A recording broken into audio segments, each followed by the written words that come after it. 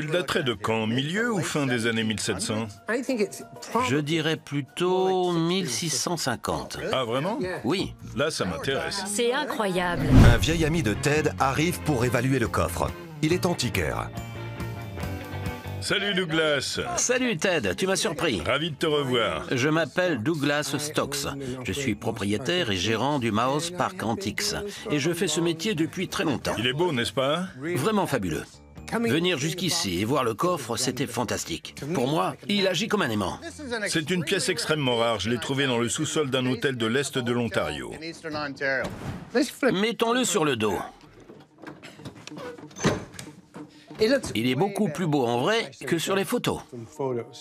Je connais Douglas depuis des années. On se croise pas souvent.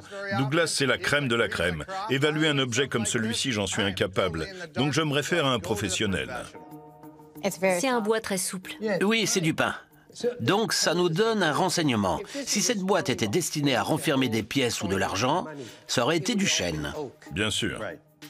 Donc, le pain nous donne un renseignement. Et il servait à préserver quelque chose de précieux parce qu'il y a 3 serrures à l'avant. Les coffres, comme celui-ci, ne se présentent pas tous les jours. En fait, si vous en croisez un ou deux dans toute votre vie, vous avez beaucoup de chance. Ce n'est pas un coffre anglais. Un coffre anglais serait plus sobre. Dans la plupart des beaux coffres espagnols, le cuir est travaillé. Gravé, texturé. Oui, et celui-ci est simple. Il est unique, et donc la valeur est d'autant plus importante. Tu le daterais de quand? Milieu ou fin des années 1700? Je dirais plutôt 1650. Ah, vraiment? Oui. Là, ça m'intéresse. C'est incroyable. Ouais. Ce coffre a plus de 300 ans. C'est le plus vieil objet que j'ai jamais trouvé. Qu'est-ce que tu comptes faire? J'adorerais l'ouvrir et voir ce qu'il y a dedans. Bien sûr. Ça nous rend fous, mais je veux pas le dévaluer en l'ouvrant de force. Il est dans un état vraiment remarquable. On va pas l'abîmer en l'ouvrant? Tu as peur de briser le coffre? Tu ne briseras pas le coffre. Tu découvriras son potentiel. Je dirais qu'il vaut bien 8 000 ou 9 000 $. Sérieusement? Voire même 12 000. Il est tellement beau. Il est tellement rare. L'ouvrir est très important pour évaluer la conception et confirmer qu'il est très ancien, et vraiment savoir ce qu'il vaut. Pour cela, il faut soulever le couvercle.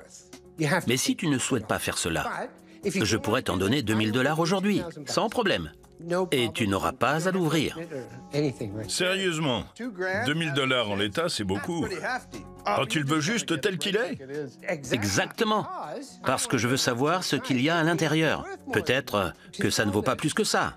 Pour le vendre, je dois pouvoir dire à un client qu'il est italien et du XVIIe siècle. Et si je découvre qu'il est anglais à cause de ce qu'il y a à l'intérieur, ça changerait la donne. Il serait donc encore plus ancien. Mais si on l'ouvre, tu voudras plus l'acheter. Non. Pas à ce prix. Exactement. Esthétiquement, il est exceptionnel. Il a une histoire incroyable que nous commençons à comprendre. Mais je pense que nous devons explorer un peu plus son mystère. Tu irais jusqu'à 2 000 $ tout de suite? Mais si nous l'ouvrons et qu'il vaut plus, ça pourrait être 8 000 ou 12 000 $. Une fois qu'il sera restauré. Si nous l'ouvrons de force, nous risquons de le dévaluer ou d'augmenter sa valeur. Il peut être rempli de trésors. D'accord, Douglas, il faut que je réfléchisse. D'accord. D'accord? On peut conclure. On conclut? On conclut. Nick travaille sur le bateau, je vais voir comment ça se passe. Comment ça va? Pas trop bien, il est pourri de partout. C'est sec ici, toutes les planches sont fichues, il y a des dommages à l'extérieur. Il est vraiment pas en bon état. C'est bien pire que ce que je pensais. Ça va représenter des centaines d'heures de travail. Je pense pas que ce soit rentable pour nous. Et on n'est pas restaurateur de bateaux. Est-ce qu'on peut en faire autre chose qu'un bateau? On ne jettera pas, on peut en faire une étagère. Redresser la proue et installer des étagères. On peut mettre des étagères entre ces planches-là. Ouais. Tu garderais pas toute la hauteur? Non, ça serait bien trop grand. Coupe à environ 2,25 m. C'est pas beaucoup. Tu veux faire 2,40 m? Ouais, je dirais que 2,40 m c'est pas mal. Ce bateau n'a pas besoin de flotter, donc tu peux prendre tes outils. Très bien. Dommage.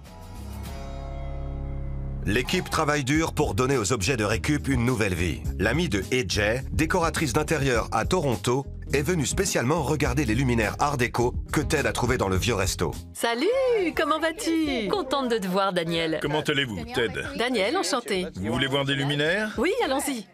Je m'appelle Danielle et je dirige une entreprise d'architecture et de décoration, Block Plan Studio. Oh, ils sont très beaux. Ils sont beaux, hein? Oui, ils sont magnifiques. J'ai parlé à Ted et il m'a dit qu'il avait ces 6 luminaires en verre soufflé et que ça donnera du cachet au restaurant que nous sommes en train de redécorer. Regardez ces détails. Vous voyez l'interrupteur? Oui, Voilà, je vais vous les sélectionner. ça rend bien. C'est très beau. Ils sont magnifiques. Je trouve des tonnes de luminaires. D'accord. Ça m'intéresse toujours pour les restaurants que je décore. Ils iront dans un restaurant de cuisine caribéenne haut de gamme du centre-ville. Vous avez dit haut de gamme? Oui, haut de gamme. Combien coûte-t-il? Il coûte 250 $ la pièce. Très bien. Et ceux-ci? On en a 2 de ceux-là. D'accord. Même endroit, ils viennent d'un restaurant à Belleville. Je vous les fais au même prix, 250 $ là. Je les prends tous. Tous? Oui, Les 8 à 250 $. oui, 2000 $. oui. Affaire conclue. Très bien. Elle a vu les luminaires, elle en voulait 6, elle en a rajouté 2, donc ça fait 2000 $. Encore mieux pour nous deux. Allons l'enregistrer. Merci. Regardons sur ce côté. Regardons comment c'est fait. Donc, cette serrure n'ouvre pas, Non, c'est je sûr. ne pense pas. Ted et AJ essaient d'ouvrir le coffre ancien. Douglas l'antiquaire doit voir l'intérieur pour compléter son évaluation et déterminer où et quand ce coffre a été construit. Sous le cuir, il y a une charnière avec un gond à l'intérieur. En fait, si on arrivait à retirer ce gond, Je pense que c'est connecté à ça. je pense que ce mécanisme est la seule chose qui maintient les deux parties ensemble à part la charnière. Après avoir passé tout ce temps à essayer de forcer la serrure, j'ai remarqué un autre détail. Il y a un gond. Parfait. T'as accès en dessous? Est-ce que ça bouge? Allez, ça bouge un peu. Oh, ça bouge! Alors ça avance? Ah, vous êtes en train de l'ouvrir? On essaie. Sur quoi vous tapez? Le gond dans la charnière. Donc nous avions la solution depuis le début. Quelquefois, le plus petit détail change tout. Allez, ça bouge. On y est presque. Il me faut quelque chose d'un peu plus long. Tu me passes le tournevis? Oui, bien sûr. Regarde, il est presque sorti, là. Nous sommes tout près de l'ouvrir, mais nous devons faire attention. Les coffres comme ça, on n'en voit pas tous les jours. Et Jay doit être super délicate. Prêt? On l'a, c'est très bien. Qu'est-ce que vous pensez trouver à l'intérieur? Je me fiche de ce qu'il y a, je veux juste le voir ouvert. Aucune idée, mais je veux voir ce qu'il y a dedans. À 3? Pousse-toi. 1, 2, 3. Tu l'as? Rien. Le coffre est enfin ouvert. Pas d'œil de verre, pas de bijoux à récupérer, mais il est magnifique. Et les rubans aussi sont intéressants. Je suis content qu'on l'ait ouvert. Maintenant, on sait ce qu'il y a à l'intérieur. 2 vis. Je suis pas trop déçu, c'est quand même une découverte incroyable. De loin, le plus ancien coffre que j'ai jamais vu. Il n'y a aucun signe de fabricant ni de date, mais ça doit quand même valoir quelque chose. Combien? C'est la question. Fermons ce coffre. Je vais faire revenir Douglas pour voir ce qu'il peut nous dire. Qu'on ait la conclusion de toute cette histoire. On pourra toujours avoir nos 2000 $? Oui. 2000 $? Les 2000 qu'il avait proposés. 2000 $ pour un coffre. Regarde l'allure qu'il a, il est très ancien. Bon, tenez-le prêt à partir. Remettez le gond et on l'enlèvera devant lui. Un de ces jours, on trouvera un coffre et il sera rempli d'argent. J'en suis persuadé. Un de ces jours. J'espère. Prise sur le fait. Douglas est de retour au dépôt pour compléter son évaluation du coffre. Alors, qu'as-tu décidé, Ted? J'ai décidé de l'ouvrir. Je reviens voir le coffre pour la seconde fois. Et j'espère trouver la preuve qu'il date de 1650. C'est à toi. C'est vrai, mais ce sera sûrement à toi sous peu. Bon, allons-y, t'es prêt? Regarde, les charnières à goupilles d'origine. Les autres ont été ajoutées plus récemment. Nous avons vu ici quelques éléments intéressants. Les charnières étaient là, du moins ce qu'il en restait, ce qui est très important parce que les charnières à goupilles sont apparues sur les coffres élisabéthains vers 1500, peut-être même 1400. Mais ça ne peut pas correspondre, le style est complètement faux. Maintenant, comment le daterais-tu? Tu vois ici, c'est toujours lisse. Je dirais toujours vers 1650. Génial! C'est très ancien. Donc combien penses-tu qu'il vaudrait maintenant qu'il est ouvert? Plus? Non, Combien paierais-tu pour ce coffre? il faudra que je fasse refaire ça pour environ 600 $. Et puis aussi ça. Il faudra refaire cette partie également. Dans le meilleur des cas, il faudra environ 300 $ pour refaire une clé. Le cuir devra être poli. Ça prendra au moins une journée à l'artisan.